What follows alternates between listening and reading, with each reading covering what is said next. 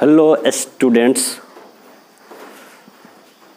आज मैं आप लोगों को सॉलिड स्टेट का लेक्चर नंबर 4 पढ़ाने जा रहा हूँ। टॉपिक का नाम है प्रति एकक कोशिका में अवयवी कण या परमाणु की संख्या की गणना करने के लिए नियम।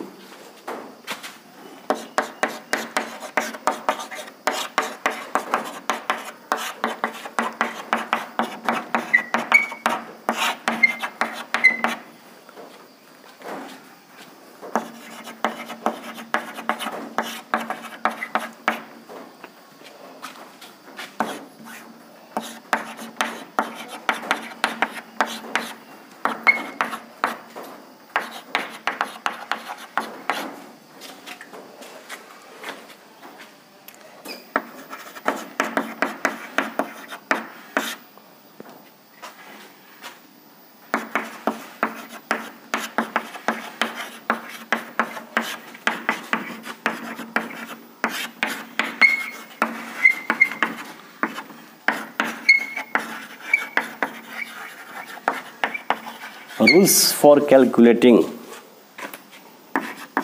the number of constituent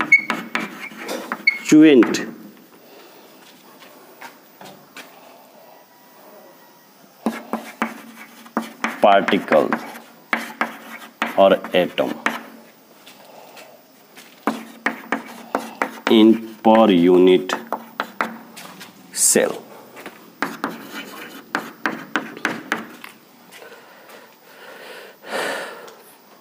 पिछले वीडियो में हम आप लोगों को क्रिस्टल जालक के बारे में बताए हैं। आज क्रिस्टल जालक की संरचना के आधार पर हम लोग कुछ नियम जानेंगे, ठीक है।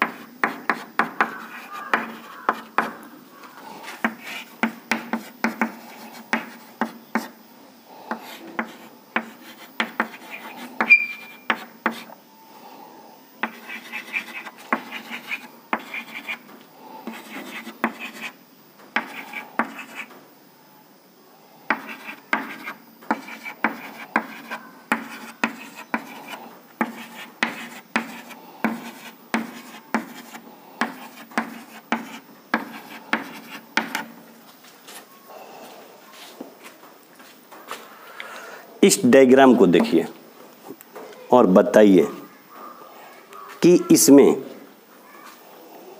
कितनी छोटी छोटी एकक कोशिकाएं उपस्थित हैं, बता सकते हैं? देखिए ध्यान से, देखिए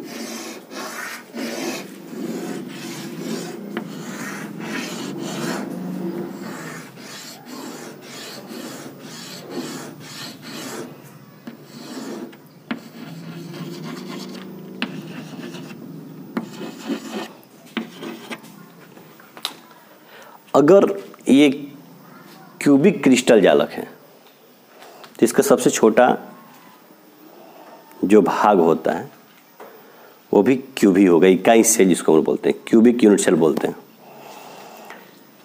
अब एक बात बताइए, अगर ये क्यूबिक है तो ये आपका वर्ग है, 4 कोना दिखाई दे रहा है ना। यह वर्ग कितनी एকক कोष्ठिकाओं में साझाकृत है समझते हैं। जरा बताइए, ये आगे भी एक वर्ग बनेगा, देखिए इस फिगर को, इस वर्ग के कोना से कोना जब हम मिलाएंगे तो ये एকক कोष्ठिका बन जाएगा। तो बताइए इसमें अभी एকক कोष्ठक कितना है, 1, देख लिए। बताइए जो बीच में जो वर्ग है, जरा बताइए इसके नीचे भी एक वर्ग बन सकता है। देखिए ध्यान से, देख रहे हैं, जो नीचे वर्ग बना है वो बीच वाला वर्ग के कोना से मिलकर एक घन या एक यूनिट सेल बना सकता है। अब बताइए कि यहां पर कितनी एকক कोष्ठिकाएं हैं, तो आप बोल सकते हैं 2। सोचिए कैसे, तो जरा सोच के बताइए, ये जो है एक वर्ग जो बीच में है, ये आगे वर्ग के साथ मिलकर एक घन या एक कोष्ठिका बनाएगा, और ये बीच वाला वर्ग नीचे भी देखिए एक आपका वर्ग है, उसके साथ मिलकर एक घन बनाएगा। तो बताइए यहां घन कितने हुए, 2। तो बताइए ये जो कोना है इन दोनों घन में मौजूद है, उपस्थित है। अब देखते हैं इसके आगे, जरा बताइए यही कोना लीजिए, इसको बाहर निकाल देते हैं समझने के लिए। बताइए एक वर्ग ऊपर भी बना सकते हैं, बना सकते हैं, बोलिए। अब बताइए ये ऊपर वाला वर्ग, ये जो इसके ऊपर है, लेकिन ये भी बीच में है, देख लीजिए जैसे बिल्कुल इसी तरह ये भी क्या है, बीच में है। तो ये आगे वाले वर्ग के साथ मिलकर एक घन बना सकता है। तो बताइए यहां भी एक यूनिट सेल बना, ठीक इसके नीचे वाला वर्ग के साथ मिलकर ये बीच वाला वर्ग एक घन बना सकता है। अब बताओ यहां भी ऊपर भी कितने यूनिट सेल बने, 2। तो बताओ ये कोना ऊपर वाले 2 यूनिट सेल में भी शामिल है, नीचे वाले 2 यूनिट सेल में भी शामिल है। तो बताओ कुल कितने यूनिट सेल में शामिल हुआ, 4। तो बताओ इसी तरह इस साइड भी जब तुम बनाओगे, बना लोगे ना, छोड़ दे रहा है समझना, बना लेना। अब बताओ ये आपको 4 इधर और 4 इधर, तो बताओ इस कोना से कुल कितने इकाई सेल जुड़ी हैं, तो आप बोल सकते हो 8। तो बताओ वहां पर जो परमाणु उपस्थित है कोना पर, एक एকক कोष्ठिका के कोना से 8 एকক कोष्ठिकाएं जुड़ी है क्रिस्टल जालक में। तो बताओ यहां पर जो परमाणु है उसका योगदान एक एকক कोष्ठिका में कितना होगा, तो बोल सकते हो 1/8, क्योंकि इसका 1/8वां भाग ही एक यूनिट सेल में होगा। तो हम बोल सकते हैं कि क्रिस्टल जालक में एকক कोष्ठिका के एक कोने से 8 एকক कोष्ठिकाएं जुड़ी होती हैं, बोल सकते हैं। तो प्रति एকক कोष्ठिका में अवयवी कण या परमाणु का योगदान कितना होगा, 1/8 होगा। तो रूल नंबर 1,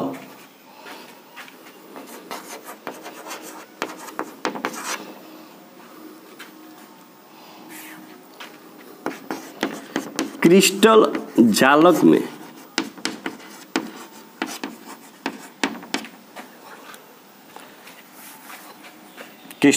में उपस्थित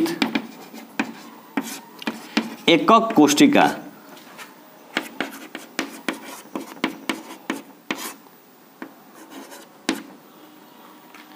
के एक कोना से 8 एकक कोष्टिकाएं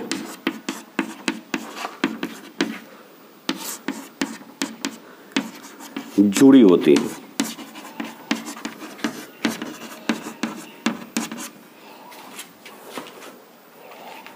अतः बताइए, प्रति एकक कोष्टिका में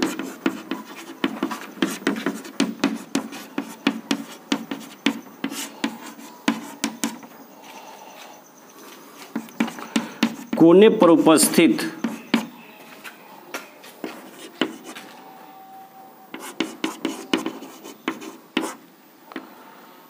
अवयवी कण, मुख्यतः हम परमाणु ही मानेंगे, परमाणु का योगदान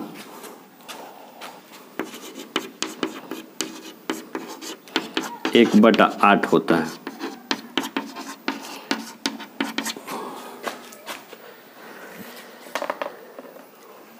समझ गया? यानी जो क्रिस्टल जालक है, ये क्रिस्टल जालक में भी एक छोटा सा भाग दिखाए हैं, ये भी छोटा सा है, इसके आगे भी सेट बन सकता है, इसके भी आगे बन सकता है, बहुत कॉम्प्लिकेटेड होता है। ये छोटा सा एक डायग्राम आपको हम दिखाए हैं क्रिस्टल जालक का। अब सेकेंड पॉइंट आपको बता रहे हैं, बहुत ही इंपॉर्टेंट है, इसी पर समझ लेते हैं। तो आपको हम बोले कि इसमें छोटी छोटी एकक कोष्टिकाएं कितनी हैं, तो आप बोले सर 8 हैं, ठीक है। लेकिन अगर हम आपसे बोले इसमें बड़ी बड़ी एकक कोष्टिकाएं कितनी हैं, फिगर से समझकर बताइए। देखिए, सोचिएगा, इस बार हम वाइट चॉक का प्रयोग कर रहे हैं समझाने के लिए।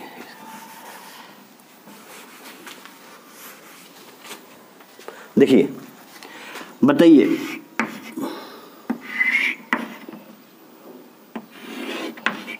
चार कॉर्नर्स हम निकाल दिए। देखिए, जरूरी नहीं है कि क्रिस्टल जालक क्यूब के ही आकार का हो, इसमें बहुत सारी 3D में ज्यामिति होती है, जो अभी आपको हम बताएंगे लेक्चर नंबर 6 के वीडियो में। हम आपको बताएंगे क्रिस्टल तंत्र, ठीक है। उसमें हो सकता है घन के आकार हो, तो घन का आकार का होगा तो सभी साइड्स, सभी भुजा समान होगी। लेकिन पढ़ेंगे कि साइड्स बराबर भी नहीं होगी। जैसे यहाँ देखिए, सोचिए उसे बहुत बड़ी इसकी भुजा है, ये छोटी है, ये तो आप आयत जैसा बना दिए हैं। हाँ, ऐसा हम लोग भी पढ़ेंगे, लेकिन लेक्चर नंबर 6 का वीडियो देखिएगा ध्यान से। तो हम बात कर रहे थे कि इसमें कितनी एकक कोष्टिकाएं हैं, ठीक है, कितनी एकक कोष्टिकाएं हैं। तो बताइए, बीच में देखिए तो एक हम आयत बना दिए हैं, तो ये उसका क्या हुआ, साइड हुआ। ध्यान से देखिएगा, ये बीच में साइड हुआ ना। अब बताइए, यहाँ पर एक कण मौजूद है, यहाँ पर एक अवयवी कण उपस्थित है साइड पर, इस साइड पर अवयवी कण उपस्थित है ना, तो दिखाइए। अब बताइए, ये जो आपका आयत है, ये कितनी एकक कोष्टिकाओं के साथ साझाकृत हो सकता है पूरा, तो जरा बताइए। पीछे भी एक आयत अब बना है, देख सकते हैं, इसको जोड़िएगा तो एक आपका क्या बन जाएगा, एकक कोष्टिका पीछे, और एक कहाँ बन जाएगा, आगे। तो बताइए, इसमें बड़ी बड़ी कोष्टिकाएं कितनी हुई, 2। तो बाईं तरफ 2 होगा, तो बताइए दाईं तरफ भी कितनी होगी, 2 होगी ना। तो बताइए, इसमें कुल एकक कोष्टिकाएं कितनी हुई, बड़ी बड़ी 4। तो बताइए, इसका मतलब कि ये साइड कुल कितनी एकक कोष्टिकाओं में उपस्थित है, तो 4।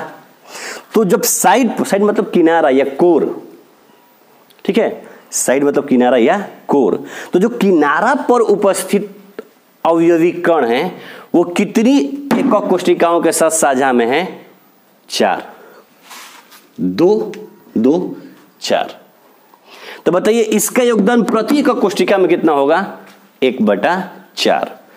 सोच रहे होंगे कि सर पिछला बार तो आप यहाँ कोना के बताए थे, तो छोटी छोटी कोष्टिकाएं 8 थी, तो कोना के आधार बता दिए। साइड के आधार पर बताना था, इसलिए हम बड़ी बड़ी एकक कोष्टिकाओं का चयन किए हैं, ठीक है। चलिए इसको अब लिख लेते हैं।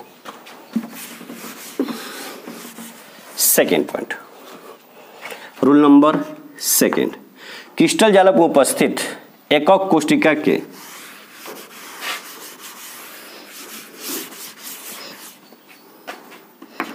कोर या किनारा पर उपस्थित अवयवी कण या परमाणु, अवयवी कण या परमाणु 4 एकक कोशिकाओं से साझाकृत होता है। क्रिस्टल जालम, देखिए मिस्टेक से यहाँ को होगा, मिस्टेक से देखिएगा लिखा गया होगा म या न। जालक हम बता रहे थे आपको।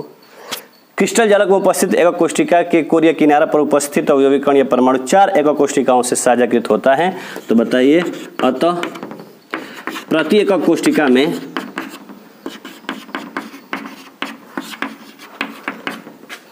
कोर पर उपस्थित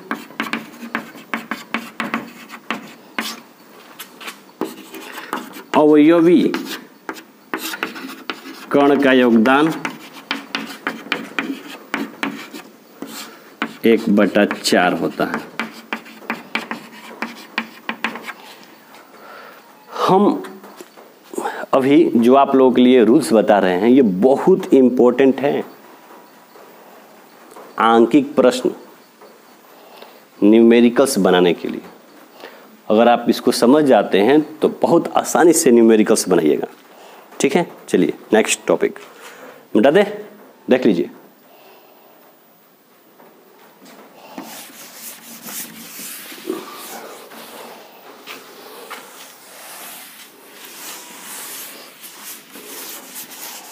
रूल नंबर 3,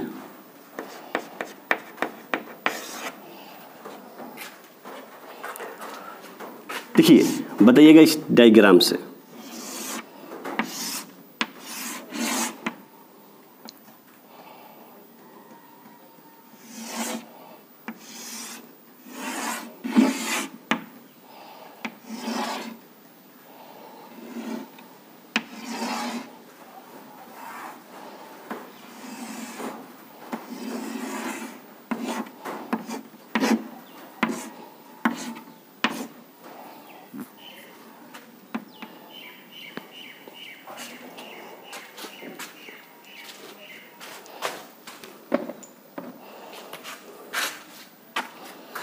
बताइए इसमें कितनी एकक कोशिकाएं हैं, फिगर देखकर बताइए,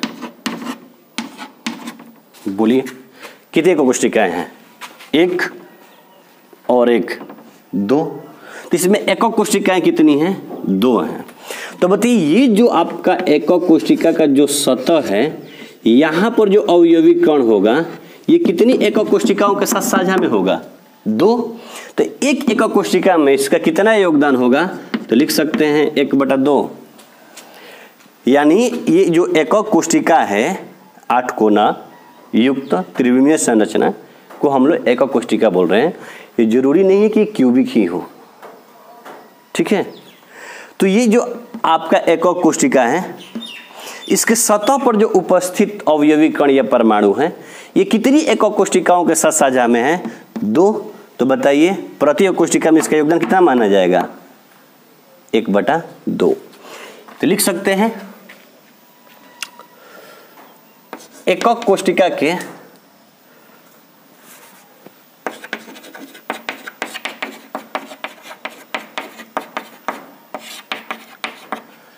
एकक कोशिका के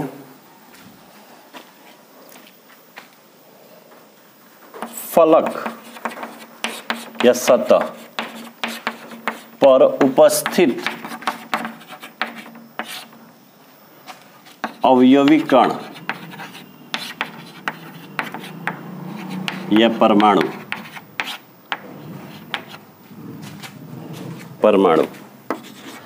2 एकक कोशिकाओं के साथ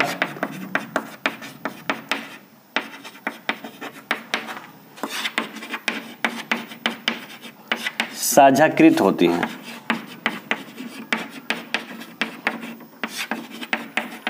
तो अतः बताइए प्रत्येक कोशिका में इसका योगदान कितना होगा? अतः प्रति एकक कोष्ठिका में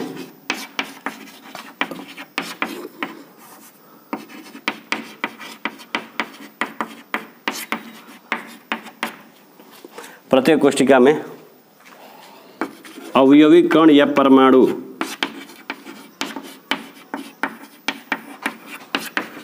का योगदान 1/2 होता है। रूल नंबर 3 भी आप जान गए। अगर इसको दिक्कत हो रहा होगा समझने में, पहला नियम जो बताया था उसको दिक्कत हो रहा होगा समझने में, तो एग्जाम्पल आपको हम बता रहे हैं, एक व्यवहारिक एग्जाम्पल समझिएगा। एक बात बताइए,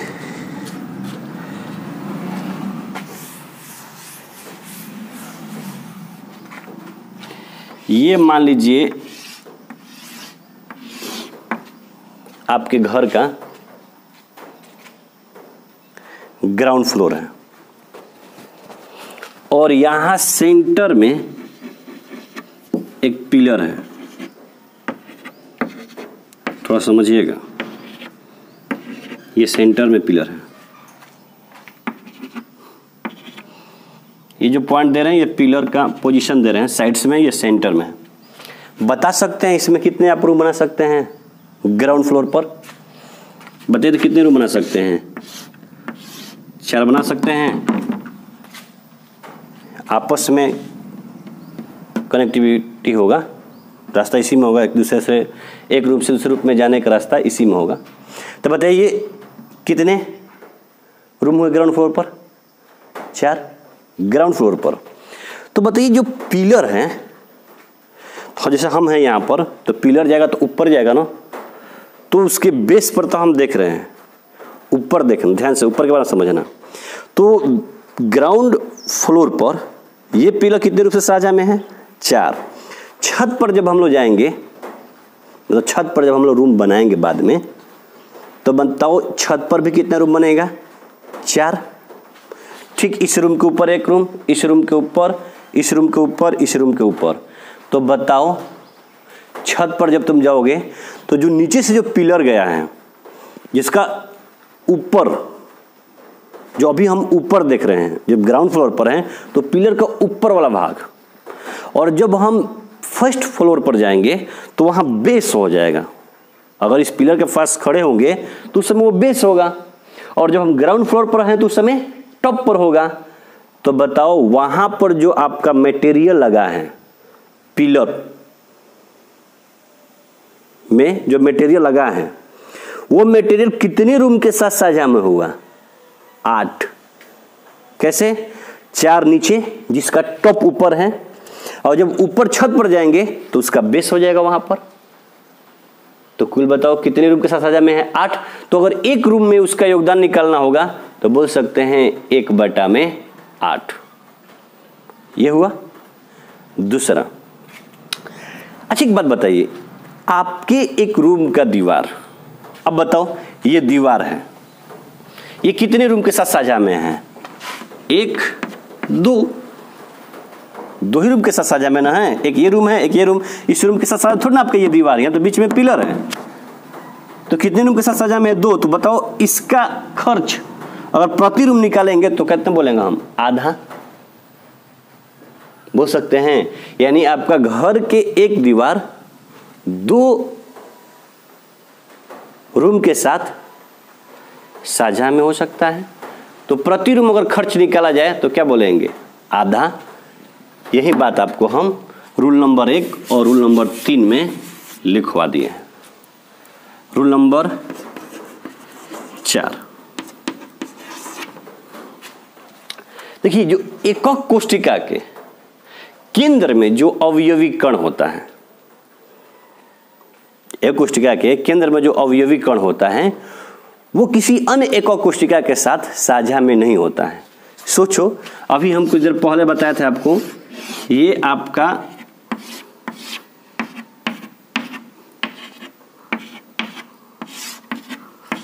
पिलर्स हो गए।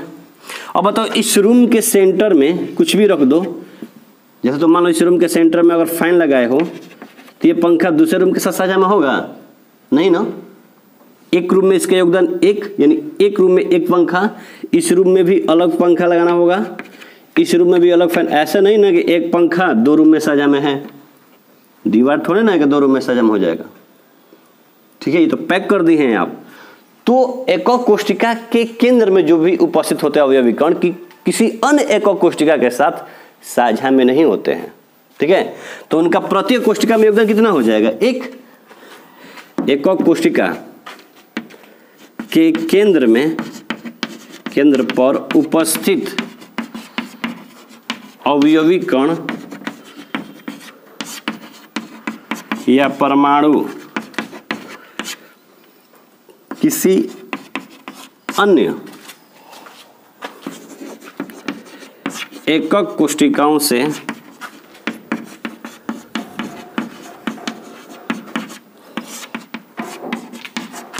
साझाकृत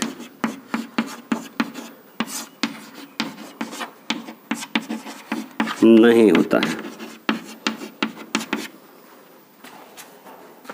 ठीक है, तो बताओ, अतः प्रत्येक कोष्ठिका में, तो प्रति एকক कोष्ठिका में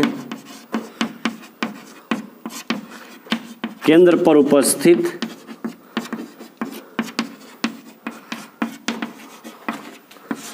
अवयवी कण या परमाणु का योगदान एक होता है। ठीक है, ये आपके 4 नियम हैं। अगला टॉपिक होगा प्रति एকক कोष्ठिका में अवयवी कण या परमाणु की संख्या की गणना।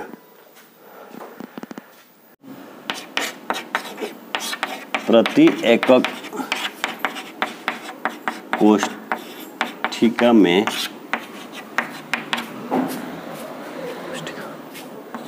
अवयवी कण या परमाणु की गणना।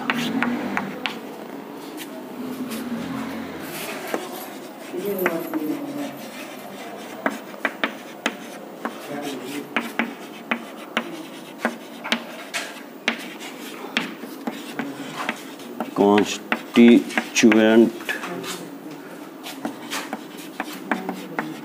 पार्टिकल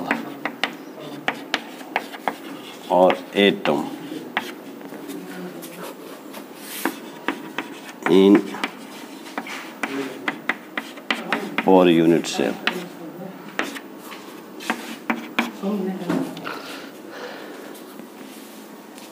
क्यूबिक यूनिट सेल 3 प्रकार की होती है। Simple cubic unit cell, body centred cubic unit cell, face centred cubic unit cell. ठीक है, तो 1 बाय 1 करके प्रत्येक कोष्ठिका में परमाणुओं की संख्या की गणना कर लेते हैं। नंबर 1, सरल घनीय एकक कोष्ठिका।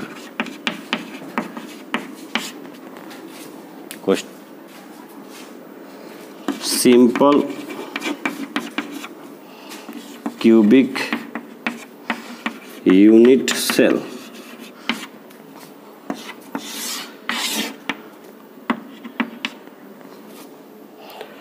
पीछे हम आपको बताए हैं कि जो सिंपल यूनिट सेल होती हैं उसमें अवयवी कण या परमाणु केवल 8 कोनों पर उपस्थित होता है।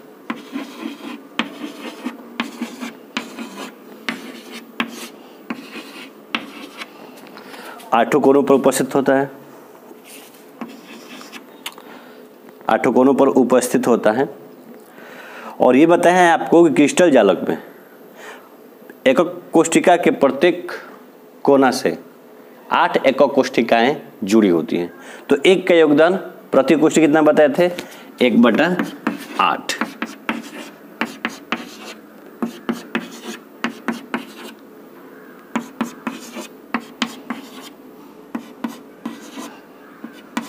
बताइए परमाणु की संख्या कितनी हो जाएगी? परमाणु की संख्या 8 कोना और प्रति कोना परमाणु का योगदान 1/8। परमाणु कितना हो गया? 1 लिख सकते हैं। अतः इसको संक्षेप में, सिंपल क्यूबिक यूनिट सेल को संक्षेप में SCC बोलते हैं। सिंपल क्यूबिक यूनिट सेल को संक्षेप में SCC बोलते हैं। तो बोल सकते हैं हम लोग कि SCC के प्रति एकक कोष्ठिका में परमाणु की संख्या 1 होती है। 2 नंबर, अंतःकेंद्रित घनीय एकक कोष्ठिका।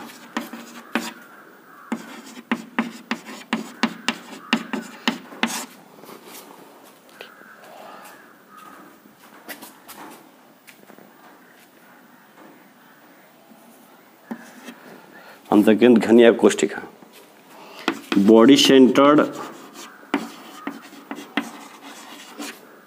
क्यूबिक यूनिट सेल, संक्षेप में इसे हम लोग BCC बोलते हैं। बी स्मॉल लेटर में भी लिख सकते हैं या कैपिटल लेटर में भी लिख सकते हैं। तो ऐसी एकक कोष्ठिका में आपको हम बताए होंगे अंतःकेंद्रित एकक कोष्ठिका। इसमें आपको बताए होंगे कि जो अवयवी कण या परमाणु होते हैं 8 कोनों पर होते हैं और 8 कोनों के अतिरिक्त एक सेंटर में होता है। और आपको बताए हैं कि सेंटर में जो कण होता है वो किसी अन्य एकक कोष्ठिका के साथ साझाकृत नहीं होता है। तो इसका योगदान कितना हो जाएगा? 1। तो इसमें बताइए परमाणुओं की संख्या कितनी हो जाएगी?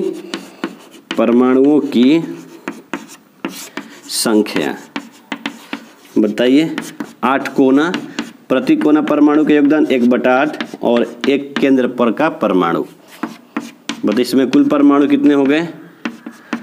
2 लिख सकते हैं। अतः BCC के प्रति एकक कोष्ठिका में परमाणु की संख्या 2 होती है। ठीक है, मिटा दे।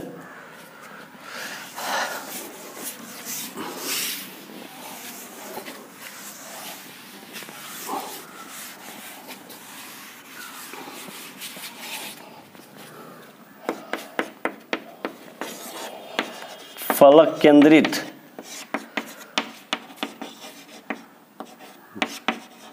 घनीय एकक कोष्ठिका, face centred cubic unit cell, संक्षेप में इसे FCC बोलते हैं।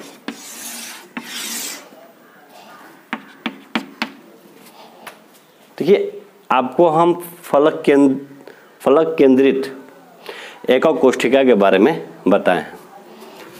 ऐसी एकक कोष्ठिका में क्या होता है? जो कण होते हैं अवयवी कण, ये परमाणु हो या अणु हो या आयन हो, वो एकक कोष्ठिका के कोनों पर होते हैं और कोनों के अतिरिक्त सभी फलकों के केंद्र पर उपस्थित होते हैं। और आपको बताए हैं कोने पर का परमाणु का योगदान कितना होता है? प्रति एकक कोष्ठिका 1/8 होता है।